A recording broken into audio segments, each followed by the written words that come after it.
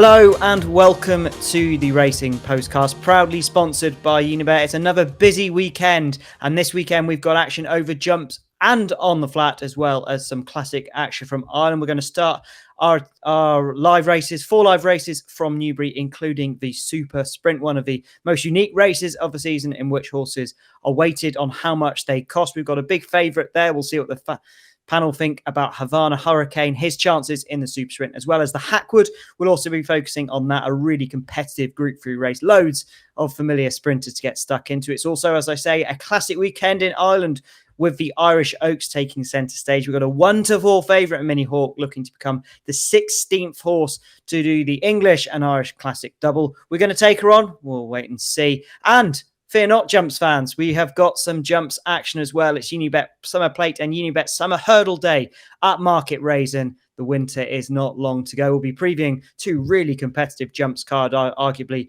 the best jumps racing in Britain you'll see before October. If you're a fan of a show, as always, do make sure to let us know. What do you fancy? What do you like? What do you think of a show? Let us know, as always, and do subscribe so you don't miss any top-class content from the Racing Post team. Now, before I introduce the panel, you'll see on the top right there, Robbie Wilders, who is fresh from a 66-1 winner in the July Cup. All hail Robbie Wilders.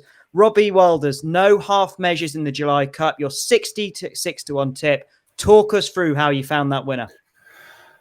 Yeah, thanks very much, James. Well, I just think the sprinting division it's been a lot's been spoken about. It's quite weak at the moment.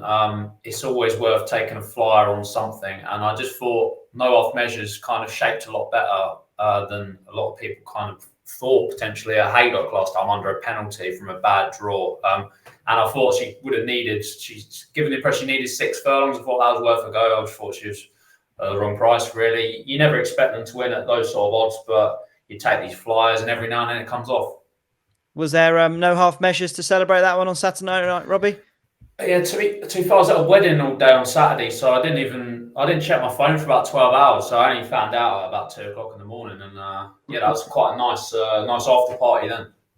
Yeah, I think we can make our own decisions about that. That was Robbie Wilders, who's joining us for this week's show on the top right. My name is James Stevens, top left, if you're watching along. Harry Wilson in the bottom left, and Brett Williams is replacing Ed Nicholson from Unibet. Let's go straight to Newbury for the first meeting we'll be looking at this weekend. The ground at Newbury, as we record on Thursday afternoon, is good to firm. And the first race we're looking at is the 3:30 at Newbury, the big race of a weekend domestically. It's the Weatherby Super Sprint. As I mentioned at the top of the show, this is one of the most unique races on the calendar where horses are weighted on their sale price. So just to give you an example, Havana Hurricane, the winner at Royal Ascot, he would cost £9,450, and he's top of the betting at 10-11 with Unibet. Amphilia for Rod Millman, who absolutely loves this race. He is your next one at 9-2. Ali Shuffle at 8-1. Cody, who is the cheapest horse in the field at just £3,000 and £3,180. For Richard Hughes, Robbie Wilder's best mate at 10-1. Rakeb, who is the most expensive horse in the lineups, will have the highest weight. He costs £61,480, where he is a 12-1 chance. Kotai Bell at 12-1 as well. Big Fun 14s, 16-1 bar. Harry, let's bring you in. The Super Sprint is our big race on Saturday. What is your winner, please? Well, my big fancy in this race, James, is Karma Chameleon. I have a feeling he's been a bit forgotten about in the betting. He only finished two lengths behind Havana Hurricane in the Windsor Castle last time when he was fitted with blinkers for the first time. He actually settled a lot better than I expected in those blinkers, and it was just in the closing stages that he was slowing down. This flatter track, not as stiff as Ascot, and he showed real good speed at Doncaster when he won a couple of months ago. I just think he could be one of them that could be away and gone, and I think he'll take some pegging back. And he's a 16-1 chance. Brett, let's bring you in. What's the market looking like for this race? Any big significant market movers, and what's your fancy? I was trying to look at it, James, and seeing if I could sort of rule out the favourite, but it's just very hard to rule out, isn't it? And Havana Hurricane obviously has got all the form in the book, sort of holds quite a few of these on form as well, the likes of Rakeb, Logie Bear, Sands of Spain and Sons of Sarabi. We are paying 5 places each way, so that of course is a good incentive if you want to get involved each way at the bigger price horses. It is a big price horse. Johnny Portman, Son of Sarabi, it's around 50, 66 to 1. Ran well, I thought, on its first run since being gouged up at York last time. That was over 6, just got a bit tired. Stepping back down the furlonging trip, got the cheek pieces on for the first time, is a maiden. Which, perhaps you wouldn't like to see maidens come into this and expect them to win. But, in a race where we often see a surprise result, as we've seen in a few years gone by, it wouldn't be the biggest of surprises to see Son of Sarabi run well. But I do, to be honest, think it's very much the favourites race to lose.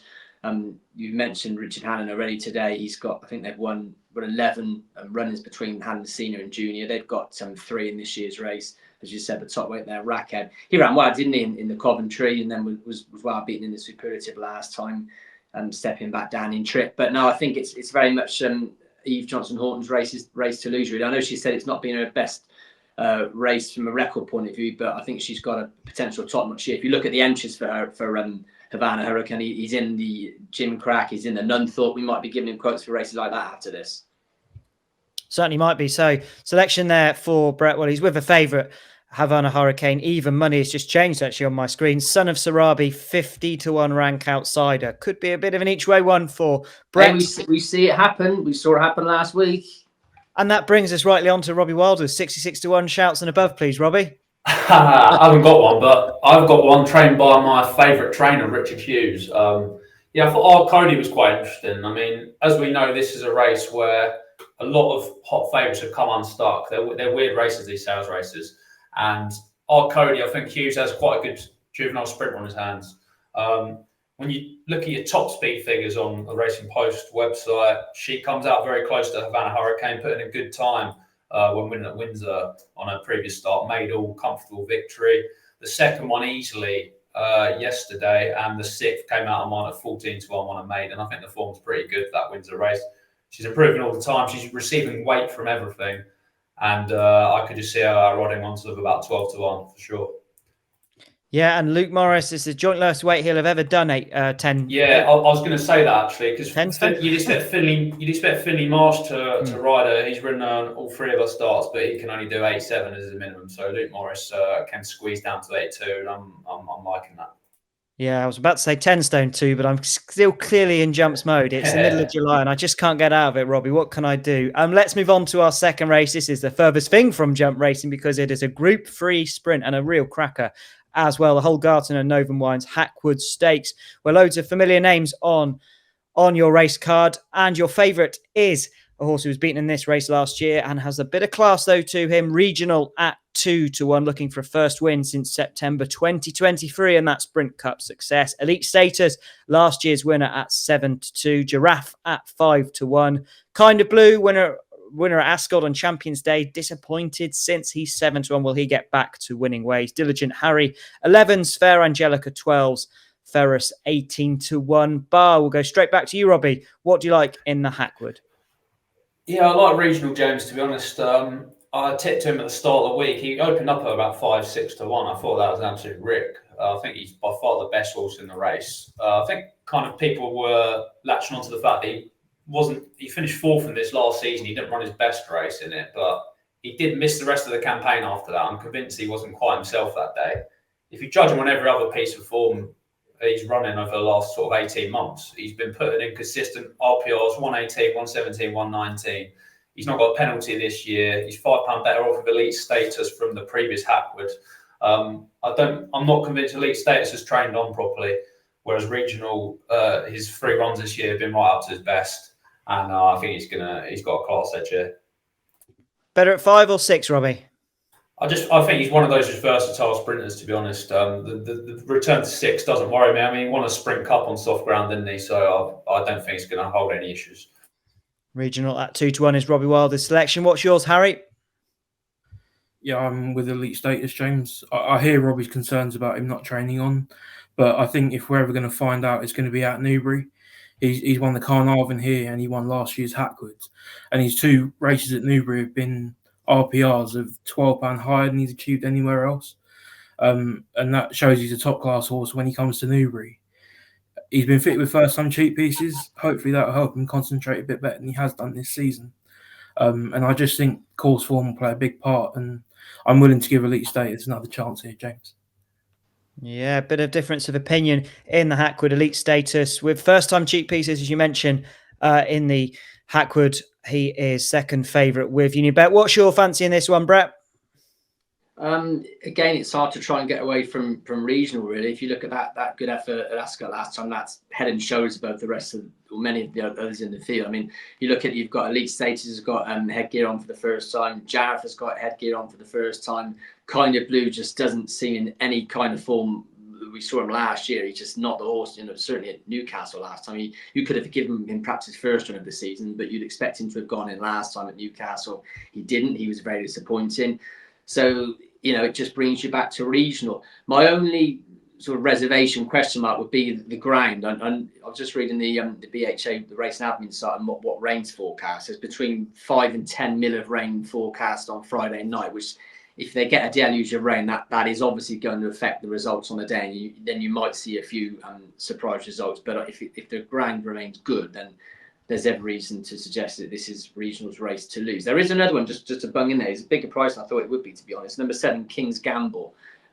He's having his first run for 351 days, so you'd expect him to improve. But he has got some pretty smart form, and while you wouldn't think this is going to be his main aim for the season, he's obviously going to strip fitter. But as I said, he's got some good form, and stepping down in trip, you maybe expect a decent run from the Rafe Beckett runner, but say it's a big price at 25 to 1. So I'd imagine just sort of watch the market with regards to him. And we are super boosting all of the runners in that race, so we will get enhanced odds with Unibet.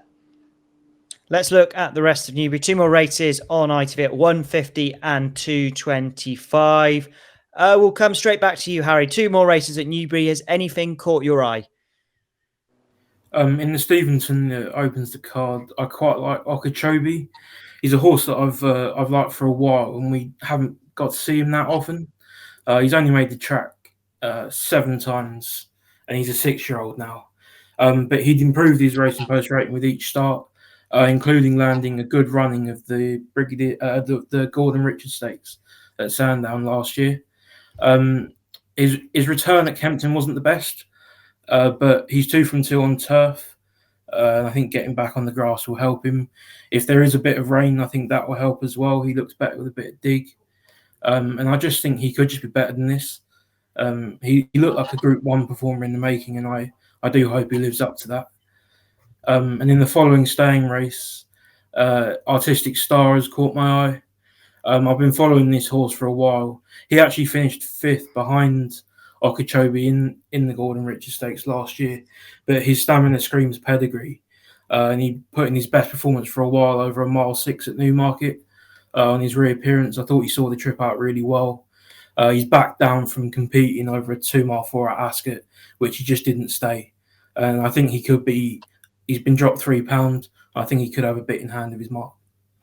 So Okeechobee at 7-2 and Artistic Star sounding like a bit of a cliff horse. They don't tend to go well in my time doing the postcast. Although classic for you, Harry, was one not too long ago at Sandown. Artistic Star in the 225 at 9-1 could be overpriced. Robbie, same 2 races. What do you like? Yeah, I did have a good look at Okeechobee. I do like the horse. He's been very fragile. I just wondered whether if it was fast ground, he wouldn't.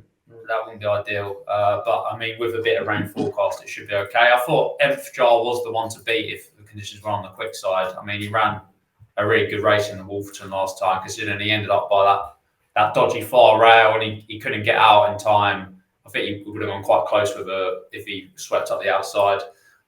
He's just a very consistent horse, really, and this is his kind of race. And in the stand handicap after that, quite interested in Wild Waves for Andrew Baldwin. I think he's a well-handicapped horse. Big improver last season. He was 4th in the Melrose, went on to not get beaten far on the St. Ledger. I don't think we've seen the best of him yet this term, but he did run okay in the Queen Alexandra behind the Willie Mullins trained Sober, who I'm expecting to take in all those top cup races later in the season. This is more realistic, back in a handicap, down to 2 miles, a mark of 99. I think he's got a big chance. So that's Enfajar at 5-2 in the 150 and Walway 15-8 with Unibet in the 225. Finish us off, Brett, those same two races if you got any fancies. Yeah, we are price boosting the favourite in both of those races. So in the Stevenson Stakes on the 225, price boost there, the favourite. Rashabar's the interesting one for me in that Stevenson Stakes. Stepping up in trip, having run in the Irish Guineas last time. He's stepping down in grade. You know, we know he's always been quite highly regarded and highly tried by Brian Meehan, but I just think he could be quite interesting in the fact they're just going up a little bit in trip. So Rashabar, an interesting selection for me in that 150. And the 225, you said the staying handicap. You know, the handicap good thing would have to be Wonder Legend. He's well clear on ratings with his other rivals. Obviously, we last saw him running the Ascot Gold Cup last time. Okay, he was well beaten. He was pulled up. He got hampered. That was a no-show. But this is definitely much more into his sort of grade and not on ratings. You'd expect to see Wonder Legend run well. But as we know, it doesn't always go the way the handicapper likes it, does it? Certainly not. Brett, their selection, Wonder Legend at 6-1 in the 225, and he's going for Rashabar with some proven form in the 150. I tell you what, guys, we've got the three favourites in the market covered in that 150, so we're in good standing that one of us at least will have the winner. And we'll come back after this short break. We'll be looking at some jumps action, where it's the big day at Market Rasen.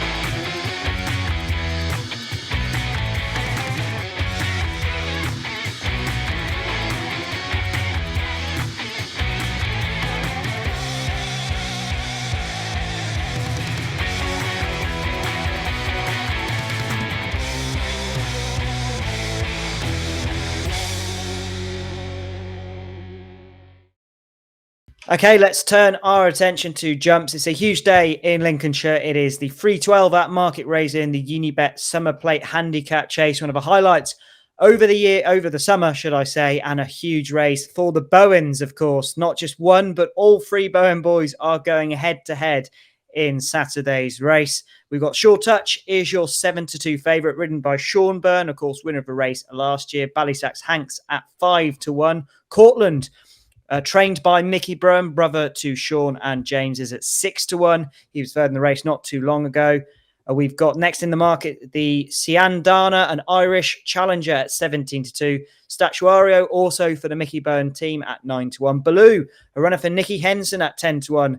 Brett tells me he's going to the track. It's rare to see Nicky Henson at Market Rasen in the summer, so perhaps that's a sign in itself. Hawkstead Airy at 11-1. Hang in there 14-1, along with Risk in the ground. James Byrne, of course, on Baloo. What are the chances of this Nick Henson runner, Brett? It sounds interesting to see he's heading up there. Yeah, he says this race has been the target for quite some time. You know, this isn't the sort of race you can just, because obviously you've got to train for it because it's slap bang in the middle of the summer. So ever since April, this has been where they've wanted to go. I asked Nicky what were his thoughts on Baloo's run at Uttoxeter last time. He said, you know, just 2.5 on a sort of what's quite a sharp track actually, Uttoxeter. You think it's quite stiff, but when you go and walk around, it's actually not that stiff. 2.5 on quick ground was just a bit too much for him. So that little step back up in trip will suit him. You know, he said he's probably the only trainer in the country that's hoping there's no rain at all, because both of his main contenders on the card want fast ground. You know, he's a good horse, as we saw earlier on in the year or last season at Newbury.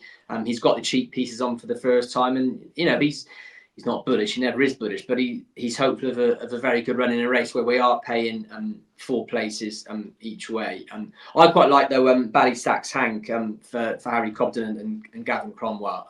Probably not the most inspiring selection, but look at its form. That was a nice spin around Bellystan last time over hurdles, back over fences today. I think he's actually a novice still over fences, and Ballysax Hank.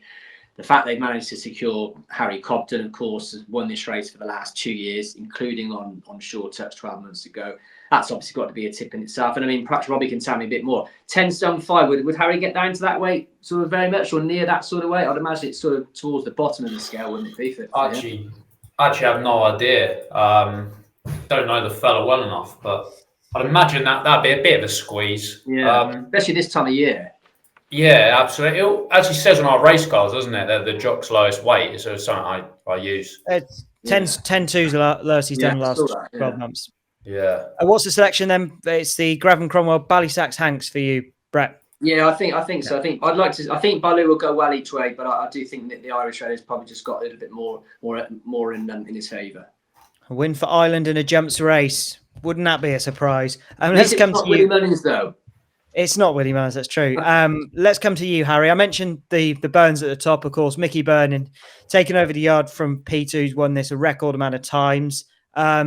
I quite liked his comment in the week. They asked him what he thought of his chances. Of course, he's never won the race. His brother James has, his brother Jean has.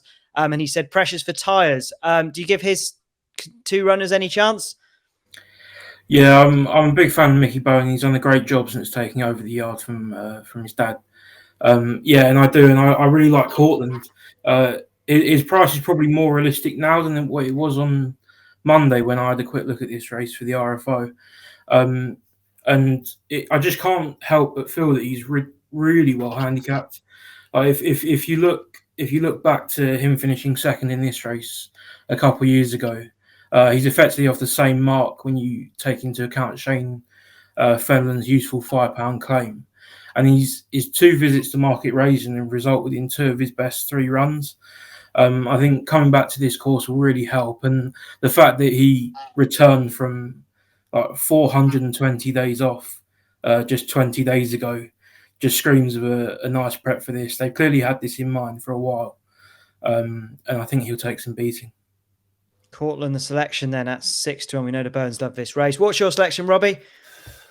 I'm going to take a flyer on Haranso Dairy for Sarah Bradstock, debut of Sarah Bradstock. I mean, if you like Baloo, you got to like Haranso Dairy because he was ahead of him by about 8 lengths. He topped it the last time, and he's £1 better off for some reason, which I can't really understand. But he's debuting for Sarah Bradstock, a trainer I rate. She's booked Jack Tudor, 2 from 4 for the stable.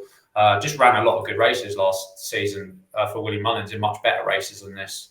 He caught my eye in the Kerry National behind Flora and Porter. That race at Flora and Porter absolutely dominated. He was the only horse to get into it. Ran well again after that Limerick in the Monster National. Mark's come down a fair bit. I mean, you could say it's a tricky enough task getting a horse to improve from leaving Willie Mullins, but the reality is this is much weaker than the race he usually runs in. He ran out in the Grand National even a couple of starts back, and I could see him going very well on the Jack Tudor. Yeah, could be a bit of an outsider horse, though, Dairy for Robbie Wilders, priced at 11-1 for the Summer Plate.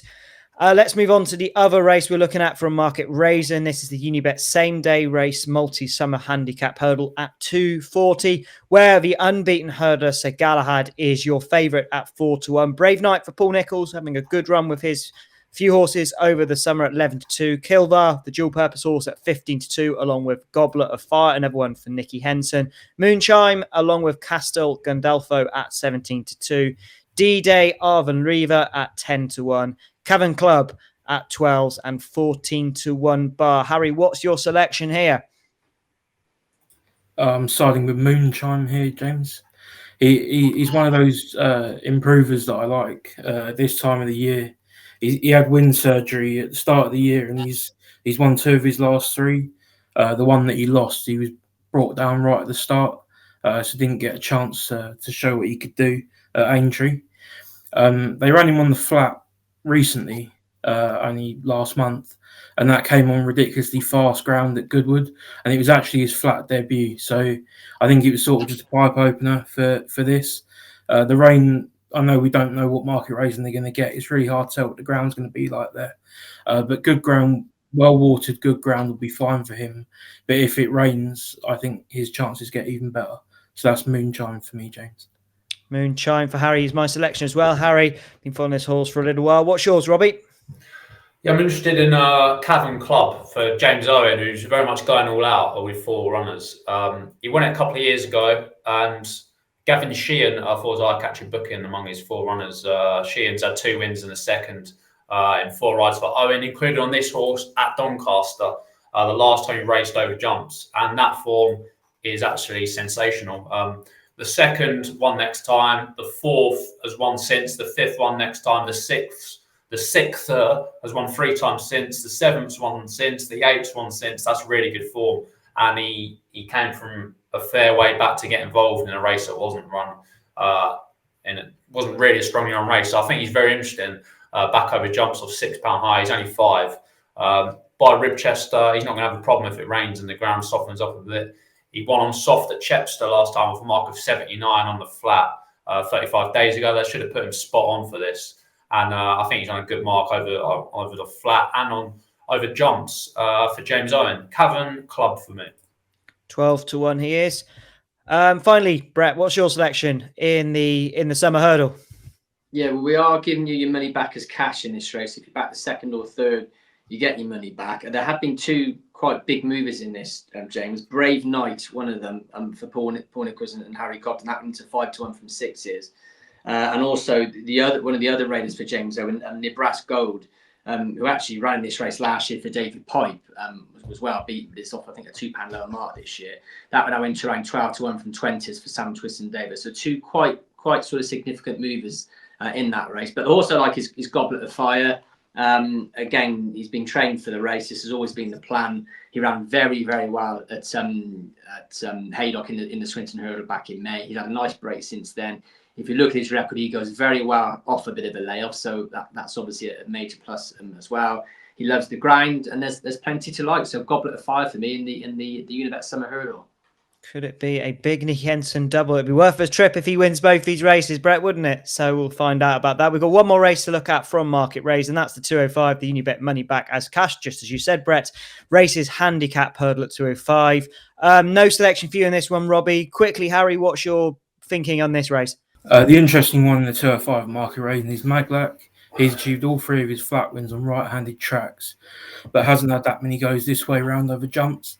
His last effort this way round saw him finish 4th in the Scottish County Hurdle of £3 higher, and he looks well handicapped with the softer ground if the rain comes, helping even better. And Maglac is a 13-2 shot for that 205 at Market Raise. And let's move over to Ireland, where it is a classic weekend at the Curragh. We've got a very, very short favourite for the Juddmonte Irish Oaks in the Epsom winner, Mini Hawk, looking to come the 16th to do the Epsom Curragh double. She's 1-4 with Unibet to do so. Ryan Moore booked on Thursday afternoon. We Might Take the Long Ray is the next best rival at 4-1. Merrily at 16s for O'Brien. Subsonic at 20s. Island Hopping 28s. Butterfly Wings 50 and Bay Conley at 100-1. Robbie, she just wins, doesn't she? Yeah, it's impossible. It's just an impossible race to take her on. I mean, O'Brien runners, they're just going to set it up beautifully for her. I mean, really, 5 of these have no place being in a classic, to be honest. The only 2 horses with proven grip on form are obviously Mini Hawk and We Might Take the Long Way, who is very much held by that horse on Epsom form. So I can't see anything other than a Mini Hawk comprehensive win. Yeah, I have to say it's disappointing to not see any runners outside of Ireland in this race. It's a bit of a sorry lineup for a classic, in my own opinion. Harry, any reason to take on Mini Hawk? I don't see one, James, personally. She looked very good at Epsom. That form's obviously been franked as well. I thought if you wanted to play a forecast, maybe Subsonic was the one. I thought she was quite interesting at price. She actually chased home Mini Hawk on her debut last year. And I don't think we've seen the best of her yet. She's got stamina in her pedigree. Step up and trip should help, and fitting with tongue tie might help her breathing. And I think she could be interesting for a forecast. Yep, interesting shout and different way of looking at the race. Brett, we're also looking at Mini Hawk 12-1 with Unibet for the Arc in October. We're possibly not going to learn too much though on Saturday, are we? Do you think she wins as well? Oh yeah, I mean, I agree with everything you just said. How can you get excited about it? Really, it's like seeing these sort of 2-runner novice chases when you get long odds on favourites. It's just said she's 4-1, or if you're looking at something to finish second, Subsonic would perhaps be the one at a bigger sort of price for Johnny Mercer. He wouldn't be running her in here if he didn't think she'd have a decent chance of at least acquitting herself well. But yeah, it's all about Mini Hawk, and we'll see if she can continue her road towards Longchamp in October. Let's move on. And just before we do find out our best bets, here's a quick word from our sponsors. Want betting on the horses to be anything but flat? With an app that impresses every time out. You're on. Want to watch live streaming of races in the UK, Ireland and around the globe? And get a chance to win even bigger with 3 Uniboosts every day on any horses you want. Unibet, you're on. Okay, it's that time in the show then to whittle down all our fancies and find the best bets. Robbie Wilders, your Saturday nap is? Saturday nap is my man Richard Hughes, R. Cody in the Super Sprint at 3:30 at Newbury. R. Cody, 3:30 at Newbury in the Super Sprint. Harry Wilson. Yeah, I'm staying at Newbury and going for Artistic Star in the 2:25, the staying race. Surely, Brett, yours has got to come on Unibet Summer Plate Day. Yeah, it is Goblet of Fire in the 240 race, where we are paying money back if you back the second or the third. Goblet of Fire ran very well off the same mark in the Swinton Hurdle at Haydock last time. This has been the plan for trainer Nicky Henderson, so expected to go well on ground that should suit as well. So Goblet of Fire for me. And I'm going to go in the big plate itself with Ballysax Hanks for the Gold Cup winning trainer Gareth and Cromwell. Harry Cobden looking to do a hat-trick in the Summer Plate. Thank you very much to our panellists. If you're watching along, that's Robbie Wilders in the top right, Harry Wilson, bottom left, and in the other corner, Brett Williams from Unibet. Thanks along to you for watching along as well. Do make sure to rate, review, and subscribe to the show. If you liked our content, liked our fancies, liked our selections, do let us know. Hit that like button. And of course, do keep an eye on Racing Post content throughout the rest of a few weeks because there's so much to come through a busy flat season and more. But make sure to join us again at the same time, 7 o'clock next Thursday, where it is King George Day. We'll be looking ahead to Ascot. Really good competitive card, one of the highlights of the summer. Before we roll on to Glorious Goodwood, of course, it just keeps coming. But for now, have a brilliant weekend. Goodbye. And of course, gamble responsibly.